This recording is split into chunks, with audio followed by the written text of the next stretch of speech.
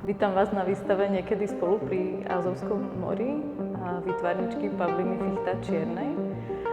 Jadrom výstavy je zvuková inštalácia pozostávajúca zo 6 audio obrazov a každý z tých obrazov skrz popis alebo zachytáva nejaké konkrétne situácie, ktoré spájajú tú každodennú domesticitu a krízy, ktoré zahrňa s tým elementom alebo spôsobom, ako vojna na Ukrajine do nich vstúpila a osudy a traumy ľudí, ktorí prichádzajú a žijú spolu s nami a ako tá skúsenosť solidarity pretransformováva tu aj radikálnym spôsobom ich predvojnové životy a domesticity, ale zároveň to nové spolužitie a čo to znamená aj pre našu spoločnosť, že v tej masovej mierke zažívame tú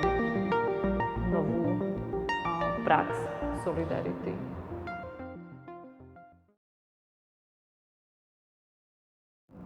Moja hneď prvá myšlienka bola prizvať k spolupráci Pavlinu Fichta Čiernu a niekedy na jeseň, v zime minulého roku sme začali rozmýšľať o rôznych uhloch, ako uchopiť tému súčasných domesticít, spôsobov, ako obývame súkromné priestory každodenné a aj tá každodenná domesticita často má v sebe rôzne krízové aspekty.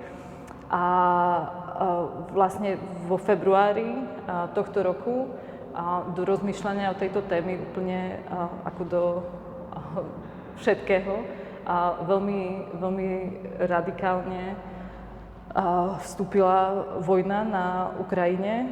Nedokázali sme, a predovšetkým Pavlina nedokázala reflektovať tú tému domesticity spôsobom, ako sme o ňom hovorili pred začiatkom vojny. Práve tým, že jedným z tých efektov bolo to, že úplne pretransformoval spôsoby, ako obývame naše domácnosti pre pre veľké množstvo ľudí a domácností. A pre mňa práve tou novou skúsenosťou aktívnej solidarity a zdieľania svojich domácností s ľuďmi, z Ukrajiny, ktorí utekali pred vojnou. A vlastne Pavlina sa začala sústrediť aj pri rozmýšľaní o tejto výstavy, že nie je pre ňu možné pokračovať alebo pracovať na tejto výstave a nereflektovať túto tému práve jej hrôznosťou a obrovským rozmerom.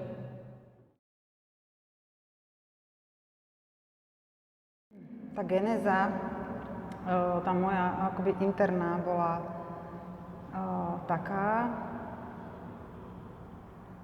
že súbežne s prípravou tejto výstavy sa diali v mojom osobnom živote rôzne turbulentné veci, niektoré radostné a niektoré menej radostné.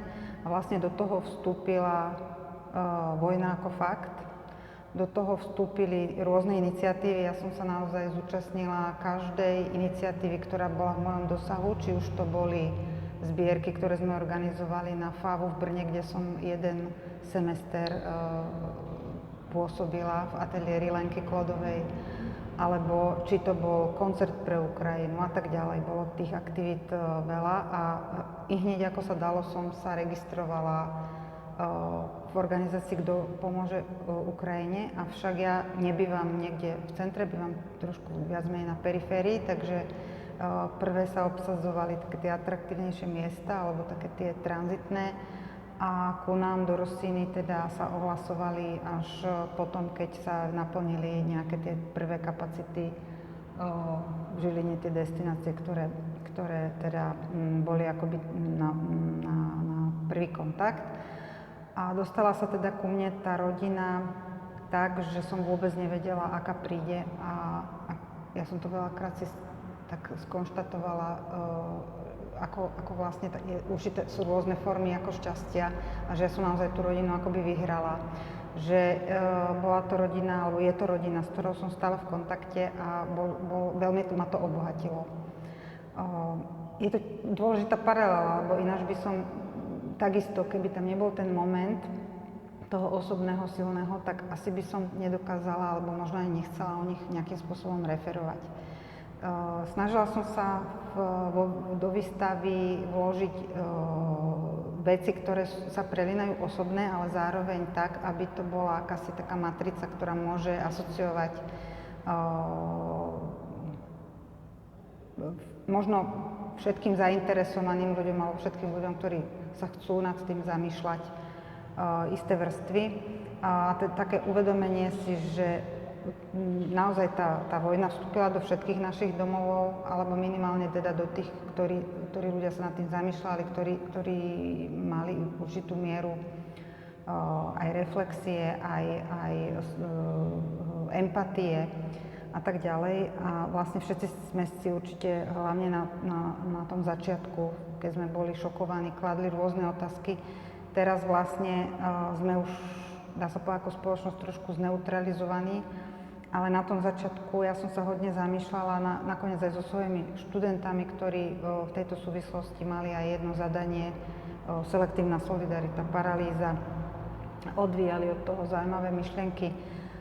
Tak všetci sme sa nad tým zamýšľali, že aký je rozdiel medzi tou obrovskou dávkou solidarity teraz a aký bol rozdiel medzi rokom 2015-16 a koľko s tým súvisí aj naša politická situácia, respektíve politickí predstavitelia, keď úplne iné percento ľudí prichádza na Slovensko teraz oproti tým 0,3, neviem koľko desatín, a pritom aká negatívna energia vtedy teda bola šírená.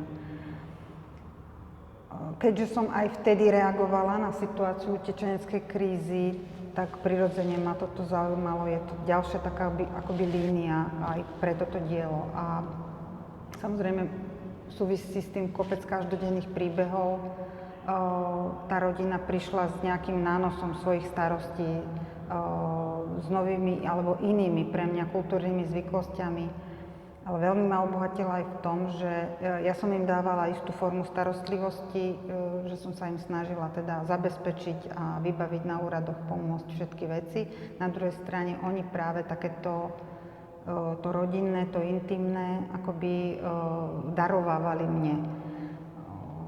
Zažili sme spolu viaceré situácie, kedy sme boli konfrontovaní aj s neznašanlivosťou voči ním, čož ma teda prekvapovalo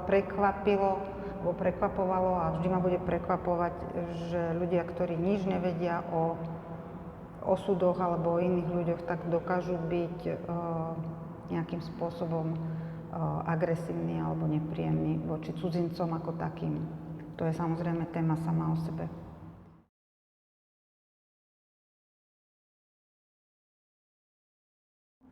Keď sme premýšľali o forme,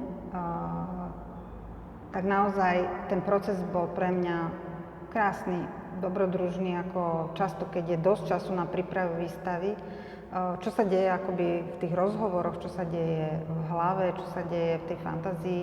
Bola som sa tu pozrieť, zistila som, že tá miestnosť má takú špecifickú akustiku, s ktorou vlastne je ako dosť ťažké pracovať a možno aj to prispelo k tomu, že som nadviazala na jeden už predtým vzniknutý malý projekt pre manifestu tohtoročný a v tejto paralele som vlastne vytvorila také zvukové mračno pre tento priestor, kde keď návštevník vojde, tak by mal najprv mať pocit takého trochu chaosu a až keď si nájde to svoje miesto, kde môže vypočuť ten jednotlivý akoby obraz vytváraný, tú spleť tých myšlienok, ktorá by mala asociovať vždy aj samostatný úzol, ale zároveň je s každým prepojený, tak vtedy by mal dostať taký plastický obraz nielen o tej situácii, ale aj možno o detailoch z nášho spolužitia. Tie texty vznikali na základe mojich poznámok, ktoré som si robila a spomienok a faktov. Keď boli silné situácie niektoré, tak naozaj som si musela robiť aj podrobnejšie poznámky, čiže ja tých textov mám oveľa viacej a potom som to istým spôsobom štilizovala, dávala dokopy. Keď som to potom nahrávala, tak vlastne pôsobilo to možno trošku až ako literárny text, ale taký špecifický a snažila som sa do toho dostať istý neutrálny tón pri nahrávaní. Nemám samozrejme také nadanie ani žiaden zvukový tréning, ale snažila som sa o čo najneutrálnejšie vyznenie, aby práve čo najviac vyzneli tie obsahy. A tie jednotlivé textové a audio obrazy, každý z tých 6 textových a audio obrazov, ktoré Pavlina vytvorila, a práve v takej skrz absolútne zameranie na detail nejakej každodennej situácie práve ako keby otvára tieto širšie alebo pre rozmýšľanie nad týmito skúsenosťami, ktoré sme zažívali a zažívame v nejakej celospoločenskej mierke v širšom kontexte práve cez tú neochvejnú pozornosť voči konkrétnym detailom, ktoré spájajú práve aspekty tej našej každodennej domesticity a ktorá v sebe zahŕňa mnohé krízové situácie a do ktorej vstupuje práve táto úplne nová skúsenosť s hľadaním solidárnej praxe, a kedy do nej vstupuje aj trauma niekoho iného a ako na ňu reagovať, ako poskytovať podporu a čo sa presne deje na pôdorysoch našich domácností a našich bytov, ako sa transformujú. A je to skúsenosť, ktorá prebieha, ktorá je čerstvá, že je to v istej miere možno aj riskantné ju v takom, vlastne kým prebieha, ju už reflektovať, ale zároveň v tom procese prípravy výstavy neexistovala pre nás iná možnosť, ako nepracovať s touto témou. Nebolo to vôbec možné reflektovať niečo iné, iný aspekt domesticity, keď toto bolo vlastne takýto dominantný a ťažký a náročný fenomén. A zároveň aj fakt. A vlastne tá solidarita, ktorá má limity, že v istom momente ste skutočne len svedkovia toho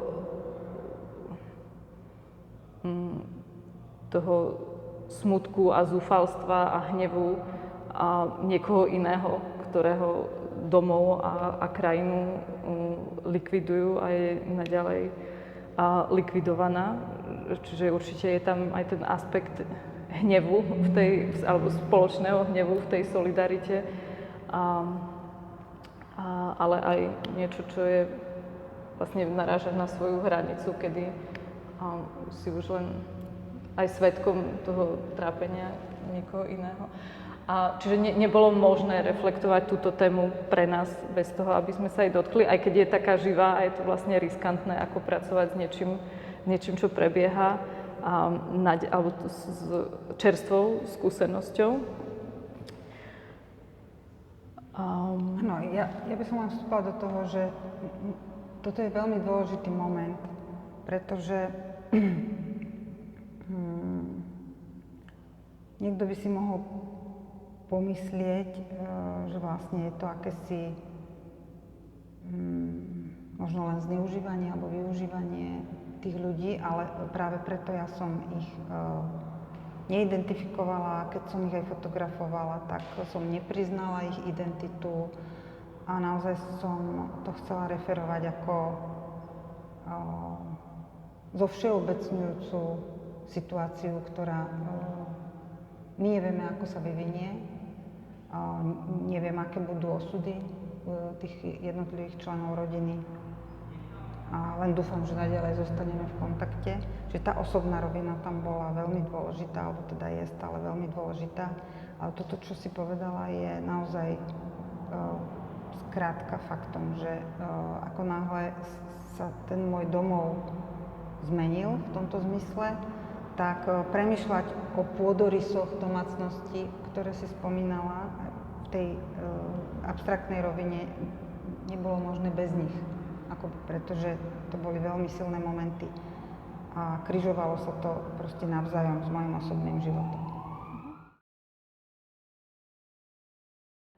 Pavlína vlastne v tom procese tvorila aj rôzne fotografické záznamy objektov, vecí, rastlín, ktoré súviseli s touto domácou situáciou, ale rozhodli sme sa ich nepoužiť vo výstave práve kvôli tomu, že sme sa chceli vyhnúť ilustratívnosti, a preto je tá forma, vznikali Pavlininé zápisky, textové záznamy, ktoré spracovávala ktoré vykryštalizovala do 6 obrazov, ktoré majú potom audio podobu. Pretože tá obrazová stránka by vlastne oslabila tú podstatu. A pre mňa osobne patria do tohto projektu celého.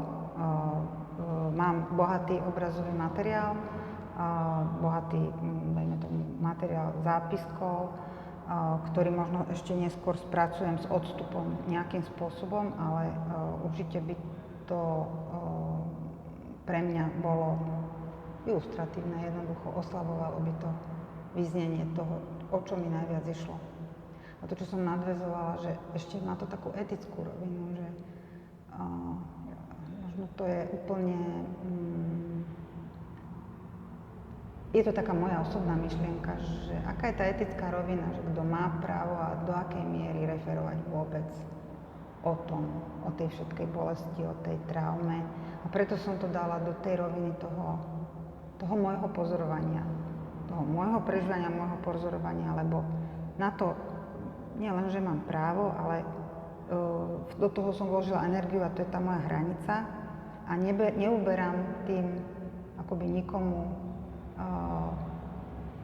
nič z práva referovať o tom nejakým iným spôsobom a ani si nenarokujem tým dielom, že by som dokázala obsiahnuť celú tú ohromujúcu, ja neviem, silu alebo hrôzu tých vecí, ktoré v tejto vojne niektorí ľudia zažili, ako aj vo všetkých takýchto konfliktoch. Bol jeden moment, ktorý veľmi rozhodol o tom, že budem sa venovať tomu takto. Ja ho aj spomínam v jednom obraze, tak ako som mnohé vynehala, napríklad to, ako mi rozbili sklo na aute, keď sme boli fotografovať a podobne, ale jeden moment som tam vložila a to je ten, keď som sa dívala na televíziu na jeden dokument a podľa mňa väčšina z vás to pozná, ten záber nejakého domáceho videjka z mobilu, z nejakého paneláku. Niekto natočil, ako išlo osobné auto a oproti tank, išli po ceste a ten tank jednoducho zrazu sa len zvrtol a prešiel cez to osobné auto. Ten človek za tým mobilom proste s hrôzou zjačal a mne sa o tom niekoľko nocí. Nedalo mi to spať, nech sa páči, že som to snívalo, nedalo mi to spať. Bolo mi z toho nesmierne ťažko. A proste niekedy ten detail práve vám akoby, na každého pôsobí niečo iné, ale toto bol pre mňa jeden z najťažších momentov, ktorý bol v takom jednom dokumente slovenskom, kde boli referencie o tej situácii ešte zo začiatku vojny. Myslím, že niekedy v marci to odvysielala slovenská televízia, vyjadrovali sa tam osobnosti našej kultúry, bol to dobre spracovaný dokument. A tento moment bol pre mňa taký veľmi, veľmi silný. A nepochopiteľný po tej ľudskej stránke, že vlastne som premýšľala o tom, že čo má vlastne v hlave ten človek, čo ide v tom tanku a prečo to urobí a všetky tie otázky si môžeme klásť a vlastne nemôžeme.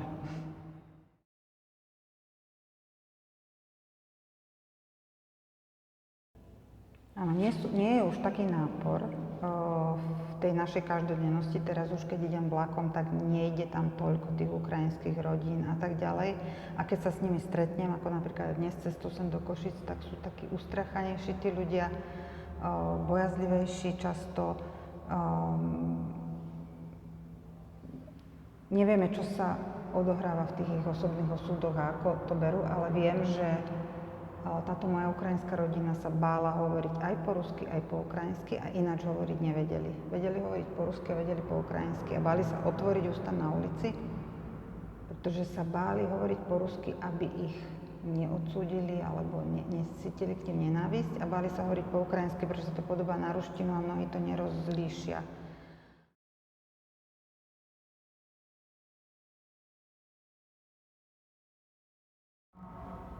Hej, v tej chvíli som mala na to svoje dôvody, ktoré sú teda znateľné práve z toho obrazu. A jednoducho mi to vyplynulo, nebola to nejaká vypočítavosť, naozaj to bol silný pocit v tej chvíli. A niekedy sa nám tak obratia na ruby naše všetky snaženia, túžby, pocity, potreby. Príde na nás únava, paralýza a musím povedať, že za posledného pol roka alebo posledných pár mesiacov som mala veľmi kontrastné situácie, že na jednej strane som mala naozaj nádherné obdobie, napríklad so študentami v Brne, čo som už spomínala. A na druhej strane teda prišla táto vojna, prišli ľudia, ktorí sú tým živým dôkazom tej vojny. Že neustále je tá vojna vlastne v tom tvojom dome, akoby istým spôsobom. A že ťa to tak strasie, hej, lebo sú tam, lebo otvoria bránku, zavrú, ráno odídu, alebo niekam prídu, alebo idú von a hľadajú si svojich priateľov a pozvú ťa na obed a potom počúvaš stále paralelne tie správy a oni sú zhrození z toho, čo sa deje a boja sa o svojho zaťa, svojho manžela, svojho syna, svojich vnukov, lebo samozrejme oni majú aj väčšiu rodinu. Takže to bolo také zaujímavé paralely, veľmi silné v tom mojom živote. Takže nebolo vyhnutia u mňa, než sa povenovať tejto téme. A nakoniec ja som asi známa tým. Nebolo možné pripraviť výstavu, ktorá bádá tému prác v domácnosti a domesticít. A tváriť sa, že mám to nejak inak doma. A vyhnúť sa téme vojny.